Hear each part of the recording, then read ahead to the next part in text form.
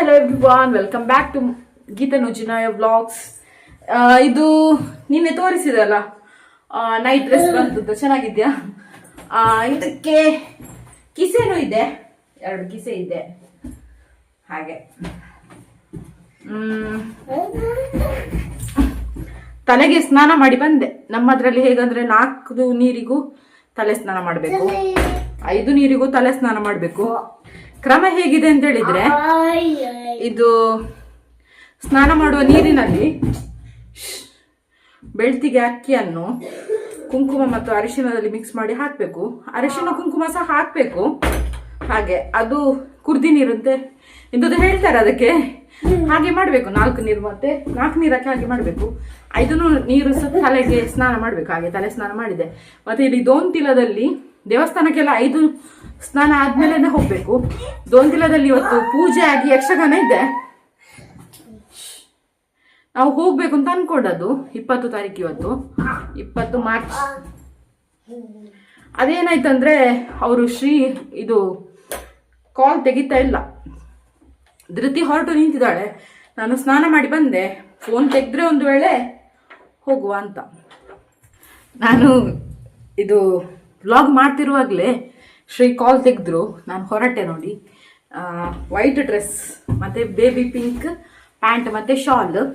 ಕೃಷ್ಣನ ಡ್ರೆಸ್ ನೋಡಿ, ಚಿಕ್ಕ ಮಕ್ಕಳ ತರ ಕಾಣ್ತಾನಲ್ಲ, ಕ್ಯೂಟ್ ಕಾಣ್ತಾನಲ್ಲ. ಮತ್ತೇನು ಗೊತ್ತಾ, ಇದು ಶ್ರೀಗೆ ವೈಟ್ ಕಲರ್ ಅಂದರೆ ತುಂಬ ಇಷ್ಟ. ನನಗೆ ಅಷ್ಟು ಇಷ್ಟ ಇಲ್ಲ, ಯಾಕಂದರೆ ಅದನ್ನು ಮೇಂಟೈನ್ ಮಾಡಬೇಕಲ್ಲ ಅಂತ. ಹಾಗಾಗಿ ಮತ್ತೆ ಇದು ಬಳೆ ಮೊನ್ನೆ ತಗೊಂಡದ್ದು ಹಾಕಿದ್ದೇನೆ. ನಾನು ಮನೆಯಲ್ಲಿ ಬಳೆ ತೆಗ್ದಿಡುದು, ಯಾಕಂದರೆ ಅದು ಓಡಿತದೆ ಅಂತ. ನಿಜವಾಗಿ ಹಾಕಬೇಕು, ತೆಗ್ದಿಟ್ಟಿದ್ದೆ. ಇನ್ನು ಇದು ಮೊನ್ನೆ ಗಾಯ ಆದ್ದು, ಅದೆಂಥದ್ದು ಕುದೀತಾ ಇತ್ತು. ಆಗುವಾಗ ಹೀಗೆ ಎಡೆಯಲ್ಲಿ ಕೈ ಹಾಕಿದ್ದು, ಆಗ ತಾಕಿತ್ತು ಬಿಸಿ. ಹಾಗೆ ಈಗ ದೋಂತಿಲಕ್ಕೆ ಹೊರಟದ್ದು. ಅಲ್ಲಿ ಯಕ್ಷಗಾನ ಉಂಟು. ಪ್ರಸಂಗ ನಾನು ಸರಿ ನೋಡಲಿಲ್ಲ. ಅಲ್ಲಿ ನನ್ನ ಅಕ್ಕನ ಗಂಡನ ಅಣ್ಣ ಬರ್ತಾರೆ, ಜಗದಾಭಿರಾಮ ಪಡುಬಿದ್ರಿದ್ದಾರಲ್ಲ ಅವರು ಯಕ್ಷಗಾನದಲ್ಲಿದ್ದಾರೆ, ಹನುಮಗಿರಿ ಮೇಳದಲ್ಲಿ. ಹನುಮಗಿರಿ ಮೇಳದ್ದು ಯಕ್ಷಗಾನ ಇತ್ತು ದೋಂತಿಲದಲ್ಲಿ. ಹಾಗೆ ಹೊರಟದ್ದು ನಾನು, ಧೃತಿ, ಇವರು ಬಂದರು ಆದರೆ ಕರ್ಕೊಂಡು ಹೋಗ್ಲಿಕ್ಕೆ. ನಾನು, ಧೃತಿ, ಮಗು ಹೊರಟಾಯ್ತು. ಬಾಯ್, ಅಲ್ಲಿಗೆ ಹೋಗ್ತೇವೆ.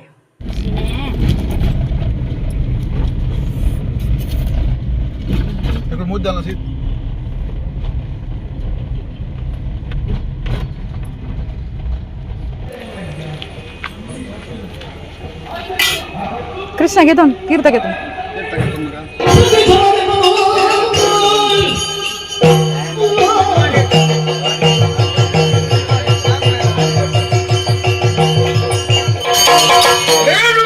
ನಾನು ಹೋಗಿ ಬಂದು ಸಾಯ್ತು. 9 ಗಂಟೆ ಆಯ್ತು ಈಗ. ಹಾಗೆ 8:15 ಹೋಗಿದ್ದೇನೆ.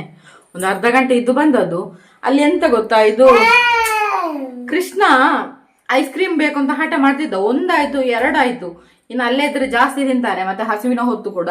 ಮತ್ತೆ ಅಲ್ಲಿ ಊಟ ಉಂಟು, ಅದು ತುಂಬಾ ಲೇಟ್ ಆಗ್ತದೆ. ಎಷ್ಟು ಗಂಟೆ ಆಗ್ತದೆ, 10, 11 ಗೊತ್ತಿಲ್ಲ. ಹಾಗೆ ಸೀದಾ ಬಂದೆವು ನಾವು. ಮತ್ತೇನಂದ್ರೆ ಯಕ್ಷಗಾನ ಅಂದ್ರೆ ಭಾವ ಹೇಳಿದಲ್ಲ, ಅಂದ್ರೆ ನನ್ನ ಅಕ್ಕನ ಗಂಡನ ಅಣ್ಣ ಜಗದಾಭಿರಾಮ ಪಡುಬಿದ್ರಿ ಅಂತ, ಅವರದ್ದು ಯಕ್ಷಗಾನ ಉಂಟು. ಯಾವ್ದು ಬಂದಿದಾರಂತೆಲ್ಲ ಕೇಳಿದೆವು. ಕಾರ್ತವೀರ್ಯಾರ್ಜುನ ಪಾರ್ಟ್ ಅಂತೆ. ಅವರು ಬರ್ಲಿಲ್ಲಂತೆ, ಮಂಗಳೂರಲ್ಲಿ ಇದ್ದಾರಂತೆ. ಹಾಗೆ ಸೀದಾ ಬಂದೆ. ಅವರು ಬಂದ್ರೆ ಕರ್ಕೊಂಡು ಬನ್ನಿ ಅಂತ ಹೇಳಿದೆ ಹಸ್ಬೆಂಡ್ ಹತ್ರ. ಭಾವ ಬರ್ತಾರೆ ಇಲ್ವಾ ಗೊತ್ತಿಲ್ಲ, ಒಂದು ಏನಾದ್ರು ಕುಡ್ದು ಹೋಗ್ಬೋದು ಅಂತ. ಊಟ ಅಲ್ಲೇ ಉಂಟು. ಹಾಗೆ ಇವನನ್ನು ಉಂಟಲ್ಲ, ಈಗಲೇ ನೋಡ್ಕೊಳ್ಳಿಕ್ಕೆ ಇಷ್ಟು ಕಷ್ಟ ಆಗ್ತದೆ. ಇನ್ನು ಶಾಲೆಗೆ ಹೋದ್ರೆ ಹೇಗೆ ಅಂತ ನಂಗೆ ಟೆನ್ಷನ್ ಆಗ್ತದೆ. 1 ನಿಮಿಷ ಒಂದು ಕಡೆ ಇರುವುದಿಲ್ಲ. ಅಲ್ಲಿ ನಾವು ಚಾರಲ್ಲಿ ಹೋಗಿ ಕೂತೇವಲ್ಲ, ಸೀದಾ ಐಸ್ ಕ್ರೀಮ್ ನಲ್ಲಿ ಓಡಿದ. ಅಂದ್ರೆ ಅಲ್ಲೇ ಇದು ಟೇಬಲ್ ಹಾಕಿ ಶ್ರೀ ಕೂತಿದ್ರು. ಅವರದಂತ ಲೆಕ್ಕ ಎಲ್ಲ ಬರೀಲಿಕ್ಕೆ ಇತ್ತು, ದೇವಸ್ಥಾನಕ್ಕೆ ಬಂದ ಹಣದ್ದೆಲ್ಲ. ಇವನು ಅಲ್ಲಿಗೆ ಓಡಿದ. 1 ಸಲ ಆದ್ರೂ ಹೋಗಿ, ಇನ್ನೊಂದು ಸಲ ಅವರು ದೇವಸ್ಥಾನದ ಹತ್ರ ಹೋದ್ರು, ಸೀದಾ ಓಡಿದ. ಅಲ್ಲಿ ನೀರಿನ ಜಾಗ ಉಂಟು, ತೋಡು ಅಂತ ಹೇಳ್ತಾರಲ್ಲ, ಅಥವಾ ಹೀಗೆ ಕೆರೆ ಏನೋ ಒಂದು. ಅಲ್ಲಿ ನೀರಿನ ಜಾಗದಲ್ಲಿ ಬಿದ್ರೆ ಮತ್ತೆ ಎಂತ. ಅದಕ್ಕೆ ಅವನ ಹಿಂದೆ ನಾನು ಓಡಿದ. ಅವನು ಕಾರಿನ ಹತ್ರನೇ ಹೋದ. ಆದ್ರೆ ಹೇಗೆ ಹೇಳುದು ಮಕ್ಕಳನ್ನು. ಹಾಗೆ ಸೀದಾ ಬಂದೆ. ಅಲ್ಲಿ ನಿಂತ್ರೆ ಆಗ್ಲಿಕ್ಕಿಲ್ಲ ಅಂತ ಇವನನ್ನು ನಂಗೆ ನೋಡ್ಕೊಳಿಕ್ಕೆ ಆಗುದೇ ಇಲ್ಲ. ದೇವರೇ, ಎಷ್ಟು ಪೋಖ್ರಿದ್ದಾನೆ ಗೊತ್ತಾ. ಇವನು ಮಾಡುವ ಲೂಟಿಯನ್ನೆಲ್ಲ ಹೇಳಿದ್ರೆ ಸುಮ್ನೆ ದೂರುದು ಅಂತ ಆಗ್ತದೆ. ಇವನನ್ನು ಮತ್ತೆ ಎಂತ ಮಾಡುದು, ಎಷ್ಟು ಪೋಖ್ರಿದ್ದಾನೆ ಗೊತ್ತಾ. 1 ನಿಮಿಷ ಸುಮ್ನೆ ಇರುದಿಲ್ಲ. ಎಲ್ಲ ಲೂಟಿಯೇ. ಕಾಗದ ಇದ್ರೆ ಹಾಕುದು, ಬಟ್ಟೆ ಇದ್ರೆ ಬಿಸಾಡುದು, ಪಾತ್ರೆ ಇದ್ರೆ ಬಿಸಾಡುದು, ಎಲ್ಲ ಅಲ್ಲಿಂದ ಇಲ್ಲಿಗೆ ತಂದಿಡುದು, ಇಲ್ಲಿಂದ ಅಲ್ಲಿಗೆ ತಗೊಂಡೋಗುದು. ತುಂಬಾ ಉಂಟು ಒಂದು.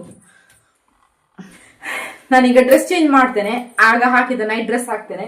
ಇವನಿಗೆ ಇದೇ ಬಟ್ಟೆ ಇರ್ಲಿ, ಆಗ ಹಾಕಿದ ಹಳದಿ ಬಟ್ಟೆ ಉಂಟಲ್ಲ, ಹಳದಿ ಅಲ್ಲ ಇದು ಗ್ರೀನ್ ಗಿಳಿ ಪಚ್ಚೆ, ಅದು ಸ್ವಲ್ಪ ಮಣ್ಣಾಗಿದೆ, ಹಾಗಾಗಿ ಇದನ್ನು ಹಾಕೊಂಡು ಹೋದ್ದು ನಾನು.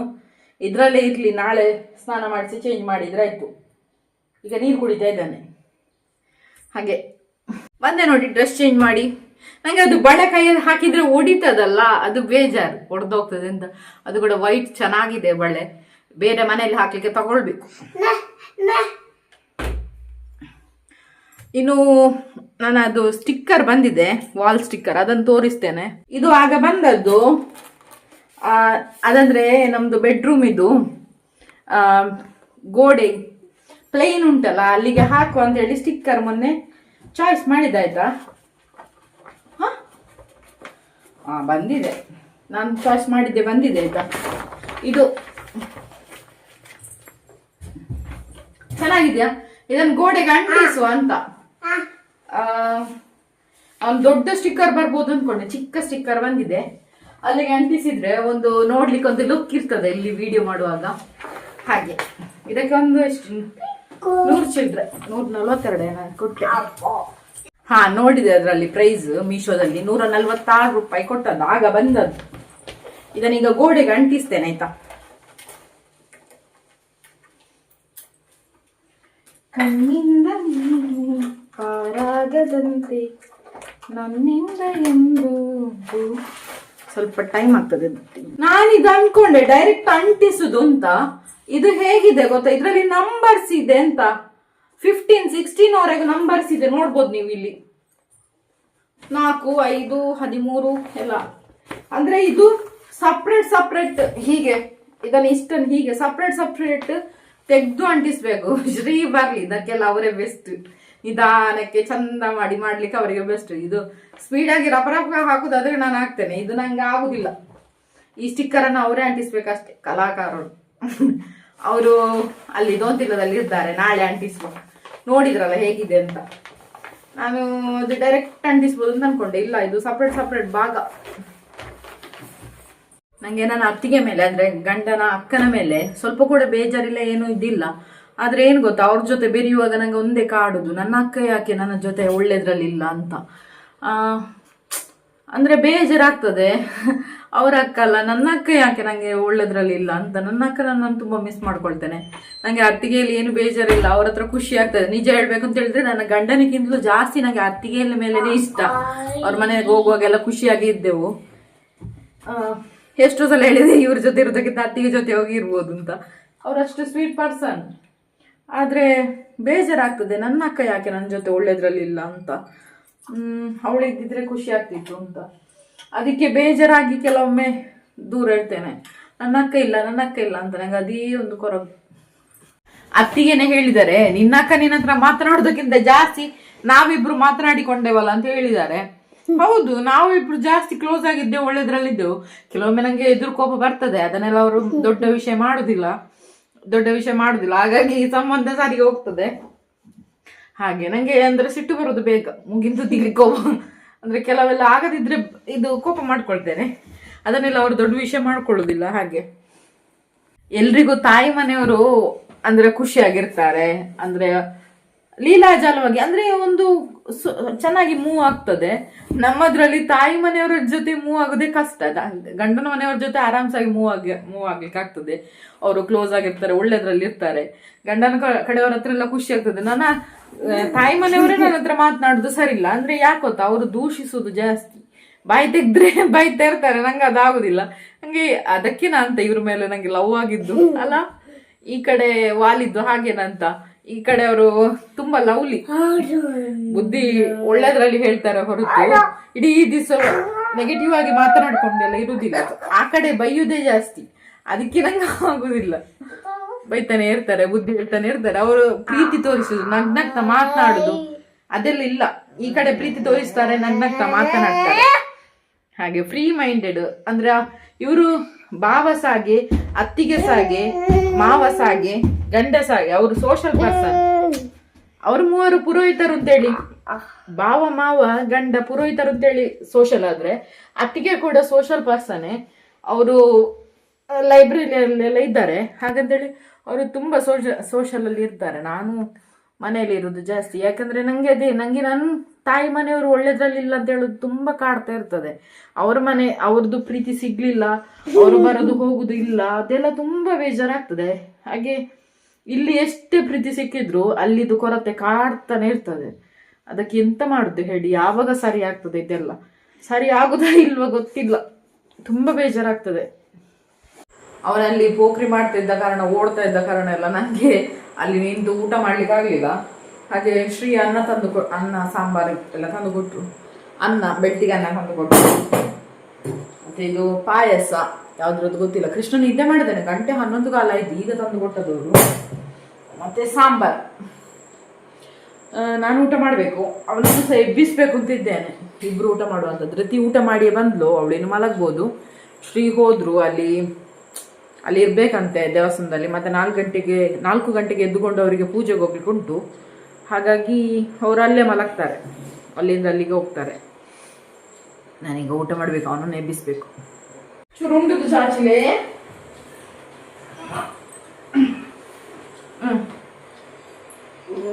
ಮಮ್ಮ ಚೂರು ಮಮ್ಮ ಅಯ್ಯ ಉಂಪುರಿಯ ಚೂರು ಮಮ್ಮ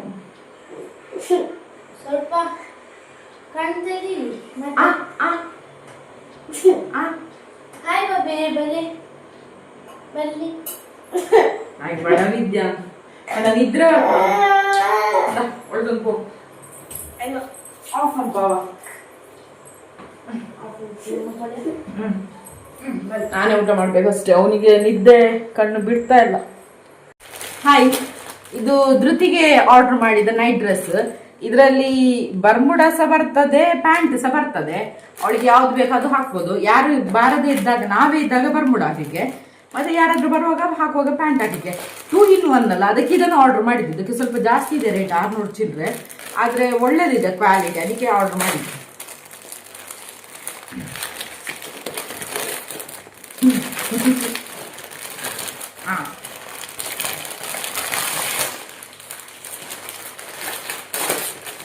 ನೋಡಿ, ಚಡ್ಡಿ, ಬರ್ಮುಡ, ಪ್ಯಾಂಟ್, ಮತ್ತೆ ಟೀ ಶರ್ಟ್, ಶರ್ಟ್. ಇದು ಧೃತಿಗೆ. ಅವಳು ನಾಳೆ ಸ್ನಾನ ಮಾಡಿ ಹಾಕ್ತಾಳೇನು? ನಾಳೆ ಇವತ್ತು ಬೇಡಲ್ಲ, ನಾಳೆ ಸಂಡೇ ಇದನ್ನ ಹಾಕಿ ಚಂದ ಮಾಡೋದು. ಸ್ವಿಚ್ ಹಾಳಾಗಿದೆ. ಹಾಗೆ 2 ಕೊಡಪಾನ ನೀರು ತಂದೆ, ಕುಡಿಲಿಕ್ಕೆ ಬೇಕು, ಮತ್ತೆ ಟಾಯ್ಲೆಟ್ಗೆ ಅದಕ್ಕೆಲ್ಲ ಬೇಕಲ್ಲ, ಹಾಗೆ ತಂದೆ ನಾನೇ ಸೇದಿ. ಇದ್ರಲ್ಲಿ ಎಂತ ವಸ್ತು ಎಲ್ಲ ಇಡ್ಲಿಕ್ಕೆ ಆಗುದು ಅಂತ ಅಂತ ಮಾಡುದು ಆ ರೀತಿ ಉಂಟು, ಸರಿ ಆಗ್ಲಿಲ್ಲ. ಇದೆಂತ ಉಲ್ಲನಿ? ಇದಕ್ಕೆ ಎಂತ ಹೆಸರೆಂತ ನಂಗೆ ಗೊತ್ತಿಲ್ಲ. ಇದೊಂದು ಉಲ್ಲನಿನ ಐಟಮ್, ಮ್ಯಾಟ್ ಒಂದು ಸ್ಟೈಲಿಶ್ ಐಟಮ್. ಮಿನಿ ಮ್ಯಾಟ್ ಅಂತೆ. ಇವಳು ಮಾಡ್ತಾ ಇದ್ದಾಳೆ, ನಿನ್ನೆ ಮೊನ್ನೆಯಿಂದ ಆಯ್ತಲ್ಲ ಮಾಡೋದು. ಇಷ್ಟ ಆಯ್ತು, ಇನ್ನೂ ಸಹ ಅದು ಕಂಪ್ಲೀಟ್ ಆಗ್ಬೇಕಂತೆ, ಸ್ವಲ್ಪ ಬಾಕಿ ಇದೆ ಅಂತೆ.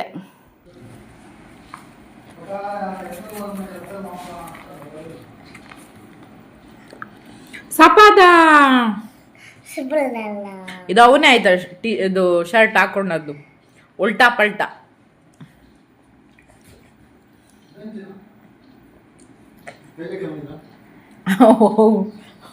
ಈಗ ರಸಾಯನ ಮಾಡ್ತಾನ. ಎಂತ ಕ್ರಾಫ್ಟಾ? ಇದೆಂತ ಹೆಸರು? ಅಂತದ್ದೇ ಚಿಕ್ಕದ್ ಮಾಡುದು. ಇದ್ರ ಒಂದಾಗ್ತದೆ, ಇದ್ರಲ್ಲಿ ಒಂದಾಗ್ತದೆ. ಚೆನ್ನಾಗಾಗಿದೆ ಆಯ್ತಾ? ಇನ್ನು ಇಲ್ಲಿ ಉಲ್ಲನ್ ನೂಲು ಮೊನ್ನೆ ತುಂಬಾ ತಂದಿದ್ಲು ನೋಡಿ, ಅದ್ರಲ್ಲೆಲ್ಲ ಇದು ಕೆಲಸ ಒಳ್ದು. ರಜೆಯಲ್ಲಿ ಕೂತ್ಕೊಂಡು ಕ್ರಾಫ್ಟ್.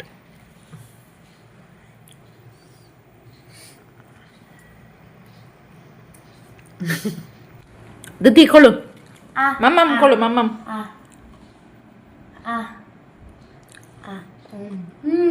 ಥ್ಯಾಂಕ್ ಯು ಬನ್. Thank you Baba.